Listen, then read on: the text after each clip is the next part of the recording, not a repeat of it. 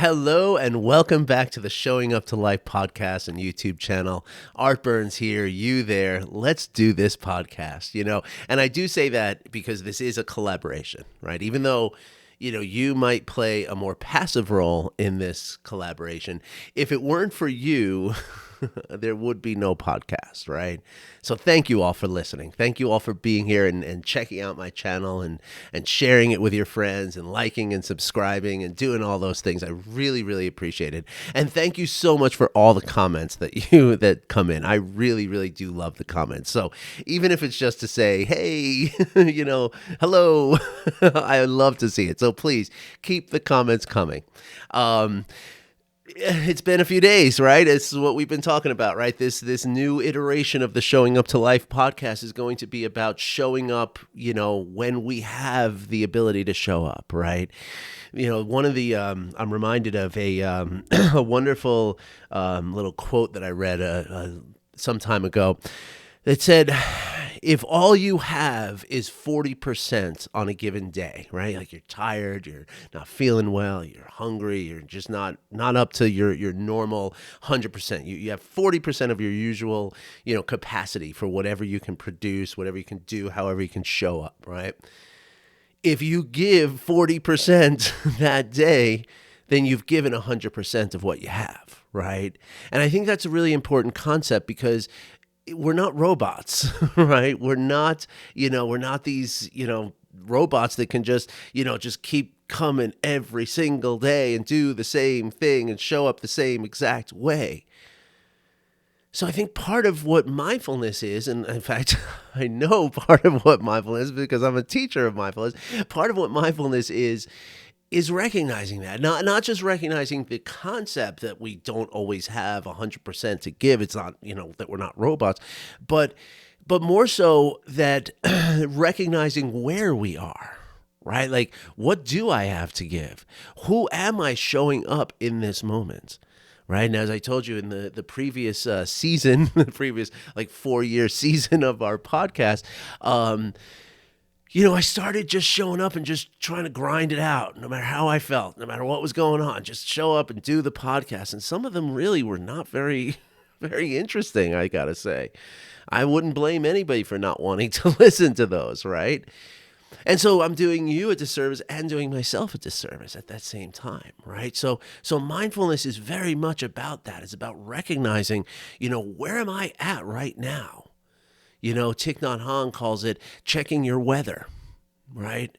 Like, what's my weather? And it's really important that when we're doing this kind of practice, when we're checking in, we're not saying to ourselves, where have I been all day? What has my weather been all day today, right? That's not how it works. The weather is right now, right? I mean, sure, it could have been cloudy all day outside if we're talking about the regular weather, right? It could have been cloudy all day. But it could have also been sunny earlier, but it's cloudy now. It doesn't matter what it was 4 hours ago, even 5 minutes ago. What it matters is now, right?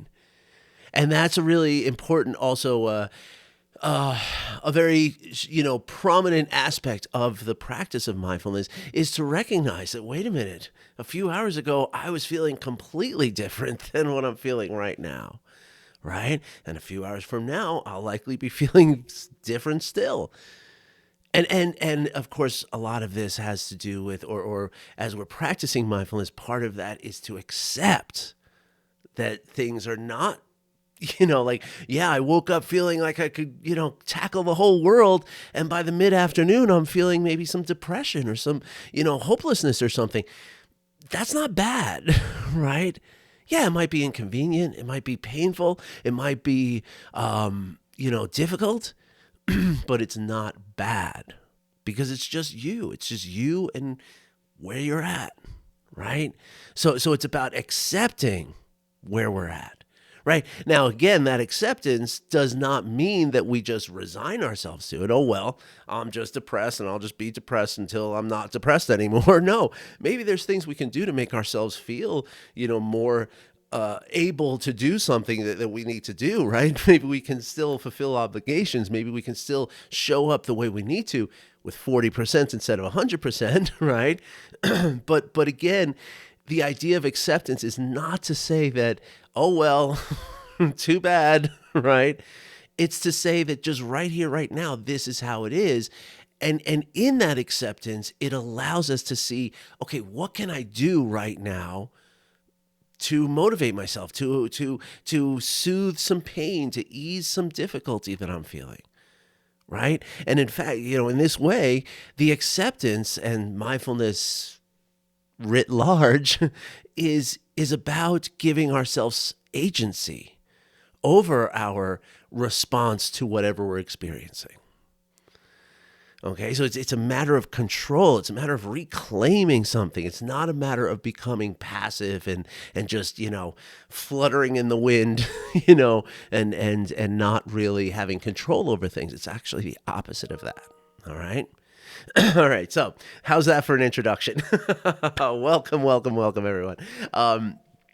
One thing I want to cover before I get into today's little topic is that this Sunday evening at 6 p.m., so this would be Sunday the 7th, 7th of May, at 6 p.m. Mountain Time, which is where I live, which will be 5 p.m. Pacific Time, 7 p.m. Central Time, and 8 p.m. Eastern Time, and then you'd have to figure out the European conversions. I'm sorry, I can't do every single time zone here.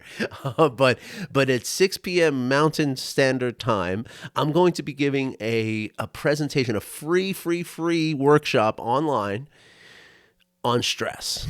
Okay, so some of you, many of you perhaps, know that I've or have seen my presentation before, or the presentation I used to do for a whole year, actually for like 54 weeks in a row. I did a presentation online every Sunday night, every single Sunday night at 6 p.m. Mountain Time. And it was called How to Tame Stress, Eliminate Reactivity, and How to Tame Stress and Eliminate Reactivity in Less than 8 weeks. That was the name of the program. That it's not named that anymore.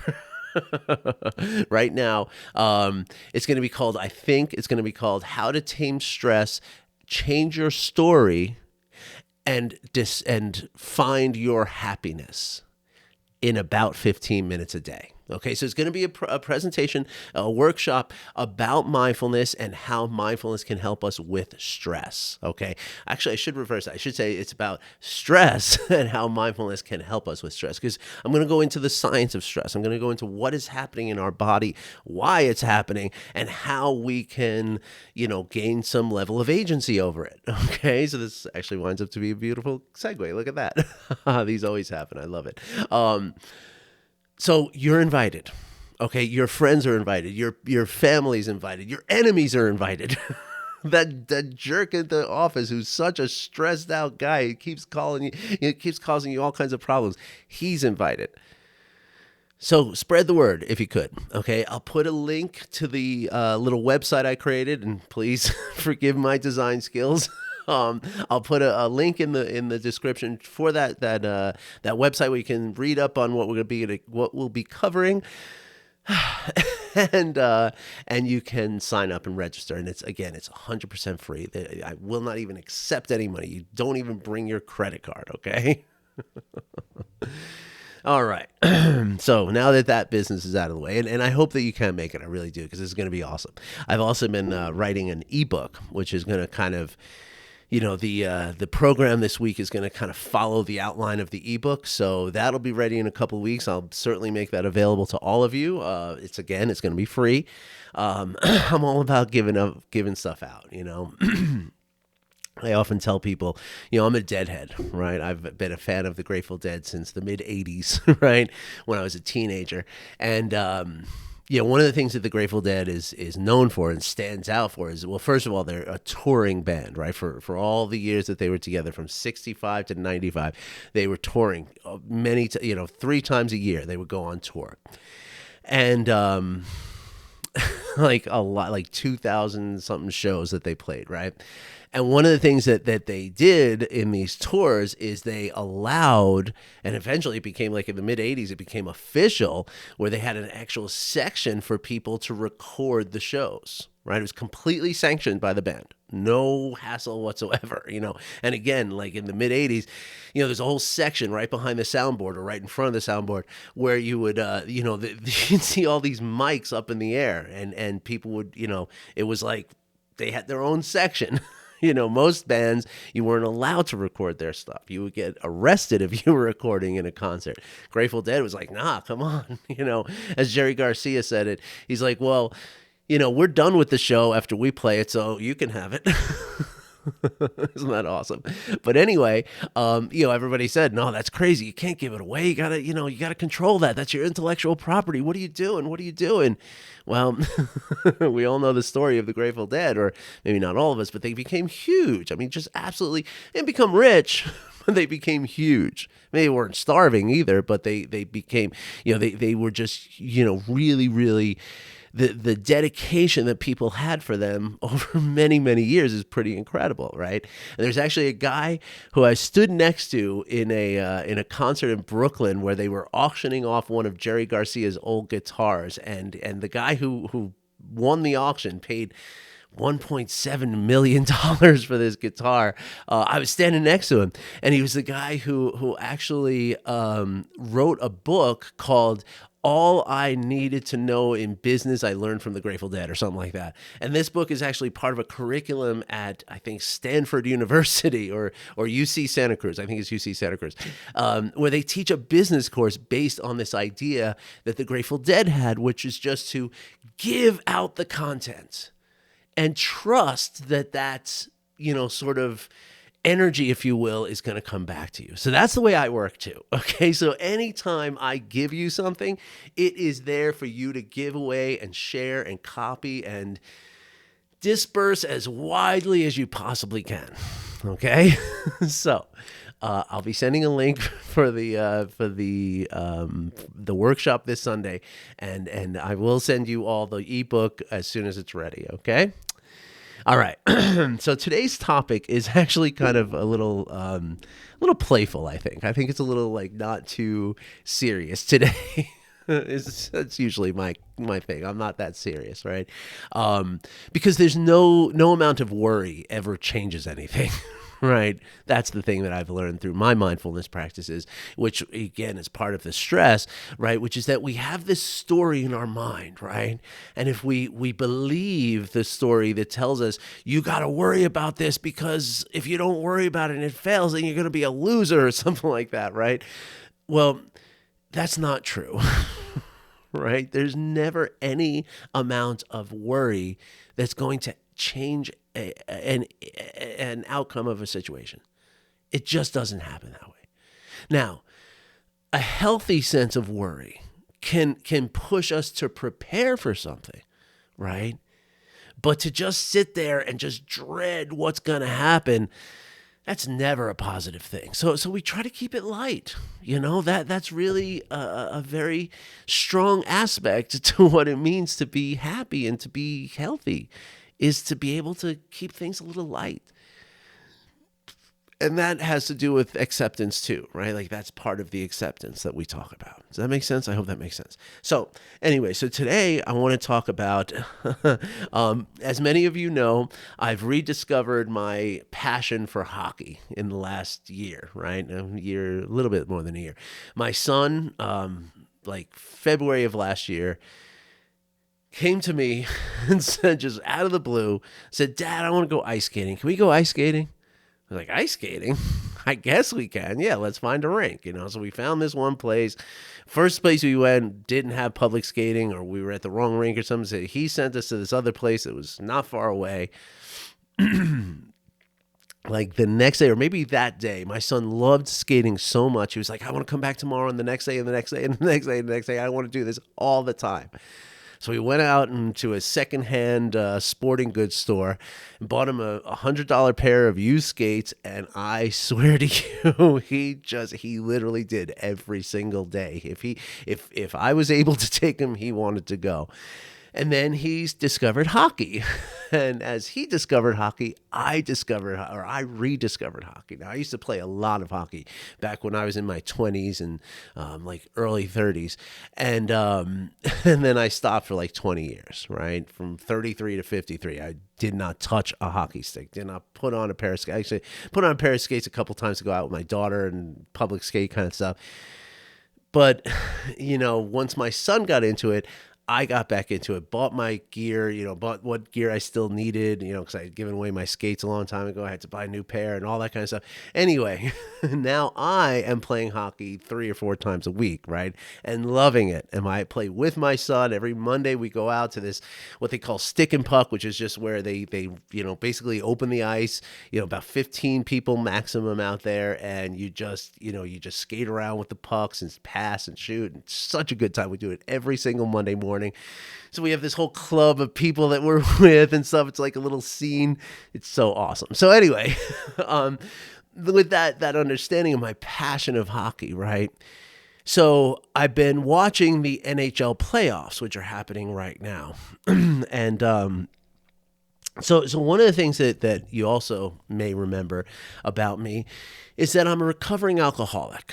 And, when I was an active alcoholic, I was a really active alcoholic. And part of my alcoholism, part of the enabling of my alcoholism was professional sports. Right. I was really into professional sports. Now, it really wasn't something that was genuine for me or authentic for me. It was actually something I felt I needed to do to be accepted by my father, to be accepted by my mother, and to be accepted by the business community I was in at the time. That's a whole deep story we'll get into in another time. But hockey was the one thing that I always really did love. Like, I actually had a genuine love for that. I mean, baseball, I did it because I had to. Football, I did it because I had to. But hockey, I really, really loved. However, when you're an alcoholic, and certainly when you're trying to recover from alcoholism, or you're trying to not engage in alcoholism and actually the use of alcohol anymore, one of the things you got to do is you got to not go to the same places where alcohol was so prevalent, right? And hockey games are certainly a place, and even playing hockey was certainly something that after every game, you went out for drinks, right? And now I'm able to say, hey, no, guys, I don't drink anymore, so I'll see you next time on the ice. And it's cool and stuff. But back then, it wasn't like that, right? It was, I would get off the ice, we usually played at night, like sometimes getting off the ice at like 11 o'clock at night and staying at the bar until like 2 a.m., like, why, and then having work the next morning, so life was very, very chaotic back then, and very not mindful, and very damaging. And the alcoholism was certainly a maladaptive coping mechanism to the chronic stress I was experiencing, which is something we're going to be covering on Sunday evening. But the point that I want you to hear here is that it was, alcohol and sporting events were not separate from each other. They were the same as each other, right? And this even counted for sitting at home, right? And that's one of the things that occurred to me the other night, actually, is I'm sitting here watching, in the first week of the playoffs, there's like 4 games every single night, right? There's 2 at, 7 o'clock on the Eastern Zone, and then 2 at 10 o'clock at the Eastern Zone, right? So, I mean, literally, you can just become immersed in hockey. And I remember back in the day, I used to just watch all of it and stay up. Like if the late game went into like 3 overtimes, I'd be up till 1 o'clock in the morning watching hockey, and loving it, not wanting to change a thing about it, right? But all the while I was watching hockey, I was also drinking the beer, sitting on the couch, eating the chips, drinking the beer, rooting for the teams. And I realize now that wow, without alcohol, I can't sit here for 4 hours and watch hockey. I gotta get up and move around. I gotta, take a shower or something. I gotta get some fresh air. I can't just do this, which was a really wild indication for me. But part of what was really enhanced by the alcohol, and part of what is something that I'm really aware of now in my mindfulness, is the attachment that I had to the outcome of the game, okay? And this was something that this goes back to my childhood, probably to my grandparents even, right? That I remember throughout my entire childhood, even into like adulthood, right? Like it was like, you do not talk to dad if the Giants, the Rangers, or the Mets lost a game that day. Just don't do it. Just don't do it. Don't ask him anything. Don't tell him anything. Just avoid him, right? That was literally our family policy, right? And of course, that became my sense of family values. Like, okay, well, then that's me. You don't talk to me now. I'm the man of the house, right? So don't talk to me if the Rangers lose, right? And that was part of the stress, right? Because of course your team doesn't always win, right? I mean, that's if your team always won, it'd be boring anyway, right? It'd be like the Harlem Globetrotters, right? And so not that the Harlem Globetrotters are boring, but I mean, you wouldn't want to watch a whole season of the Harlem Globetrotters just beating up on the Washington Generals, right? Anyway, for all of you who don't know that, you can look it up. It's pretty evident. But the point that I'm making, though, is that now, as I'm returning to the game, and I will not watch football. I am absolutely boycotting football because of the way that they do not protect the players from head injuries. They do not protect, or brain injuries, I should say. They do not protect the players. They do not intervene with players who commit domestic violence. And there's all kinds of bad, like evil stuff that the NFL is involved with. So I do not engage in that whatsoever. I do not log on to their websites. I do not check the scores. I do not care. Right up to the Super Bowl. You can have it. Okay. Baseball, was never really a huge fan. I mean, especially without beer. I mean, gosh, how does somebody sit through, 3 hours of baseball without drinking, But hockey is the thing that I love hockey, right? That's what I was saying before, right? But now coming back to hockey after this 20-year absence, right, while I was recovering from by the way, I'm sober now almost 12 years. In a couple months, it'll be 12 years. So that's what we're talking about, right? Like there was a long time, 10, 12 years now, that I have not been involved with sports in any way, right? And so now getting back into hockey, in the playoffs and just in the playoffs, right? I signed up for a 2 months of a service. So I'm not like, I don't have TV all year, just during this time, right? So I can watch just the hockey. And what I find now, as I'm doing this with mindfulness, is I find that I do not have that attachment anymore. Right. And I practice not having that attachment, of course. I mean, that's what we practice in mindfulness, is to accept and let go. Right. Not to be attached to something, whether it's attachment to a possession, attachment to a certain circumstance in our lives, attachment to an image or a status. Right. Or attachment to an outcome of a situation, like a hockey game. Right. I mean, there were times where I would be just seething about something that happened in a hockey game. For days, I'd be angry. And now I sit here and watch, and I'm like, I just want to see good hockey. I do not care who wins, even when it's the Rangers. And the Rangers really laid an egg in the last series, and they lost to the New Jersey Devils. It's the worst team you can lose to. I mean, actually, the Islanders would be a little bit worse, but like, this would have been back in the day. Gosh, I would have been so mad. I might have broken my computer. Like, literally, I'm going to punch the screen of the computer, right? Silly, I know, but real at the same time. And so, but now here's the thing, right? You pick a side to root for, right? Like you pick a side, right? That's what you do. And so, because it's almost impossible to sit and watch without picking a side, right? Like you have to have some kind of rooting interest of some kind. So what I do is I pick the side, right? And of course, in the Rangers versus the Devils, it's the Rangers, right? I want the Rangers to win. I'm backing them to win. But I find and then here's where the mindfulness comes in, is that as I'm watching, I can feel the tension start to rise in my body, right? I can feel that I'm starting to become a little more attached to this outcome here. And as I do that, I'm able to just back off, moment by moment. And that's the beautiful thing, In Buddhism, they have a concept called the raging river. Okay, I read about this in a book called the Magic of Awareness, I think it is, so the raging river, the sort of statement that describes the raging river is that the instant you can see the raging river, you are above the raging river. Okay, so 10 years ago, 15 years ago, when I would watch a hockey game, right, the tension would be there, and the stress and the thoughts and the emotions and all that stuff would be happening. And it's not just because of the beer. Of course, the beer played a big role, but I did not know. I did not see it, right? I was part of it. I was in it, like being in a river that's raging, and I'm just bouncing from wave to wave and just under the water, over the water, under the water, over the water, not knowing which way is up, right?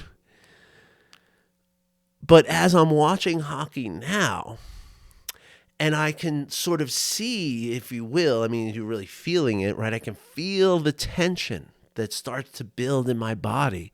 Now, because I'm able to feel that tension, because I'm able to sort of see that tension from a little bit of an arm's distance, if you will, that is me being above the raging river, okay? Once I am above the raging river, I can see it, and then I can do something about it, right? I can take a couple of deep breaths. I can say, hey, Art, you're becoming way too attached to the idea that the, Colorado Avalanche are going to win this series. It doesn't matter to you if they do or not. So let go. Now, here's the way it works, and this is a really important aspect of mindfulness. A really important point to understand about mindfulness is that it's not about like letting go and then locking into that letting go, right? It's not like, okay, I let go and it's never going to come back again. It's far from that. Just like acceptance is the same exact way. I accept something doesn't mean that it stays accepted, right? In fact, the opposite is usually what happens. We accept something, we let something go, and sometimes even a few seconds later, we have to let go again, and over and over and over and over. And we practice this concept while we're doing meditation. This is where we cultivate this sort of understanding and this sort of skillfulness, is because when we're in meditation, as any reasonable teacher will tell you, you cannot stop your mind from wandering. It just isn't going to work. You can just as easily try to stop the ocean from creating waves, right? So the idea is never to like lock into some state of mind where, in meditation, okay, I'm focused and I'm going to stay focused and never lose my focus. That's the opposite of what meditation is about. Meditation is about finding that focus. When I teach meditation, I talk about focusing on the sensation of the breath, okay? So it's about focusing on that sensation, and when, not if, but when your mind wanders off, you recognize that your mind has wandered off, and you return your attention. And sometimes in a 10-minute meditation, you have to do that 100 times. Sometimes more than that, right? So two things happen as we do that. Number one, it becomes less difficult because at first it feels like, almost like dragging a 50-pound bag back and forth. Like, oh my God, this feels like such hard work, right? So, after a short while, that does not happen anymore, right? It doesn't feel that way anymore. It just feels almost playful. Like, I can just, it's no big deal. There's no strain. There's no, like difficulty involved in that, right? But then the other thing that happens is that we develop a skill not only in returning our meditation, in returning our attention, but recognizing when our attention has wandered, right? And again, that's part of what I'm doing when I'm watching the hockey game. I'm seeing my body start to respond to this thing. That's when I have to remind myself, hey, get above this raging river. You're about to get all kinds of wet and all kinds of water up your nose and stuff. So just back off, let go. And over and over and over. And that's where it becomes playful. It really does. That's the word for it. It really is. I mean, like, I laugh at it.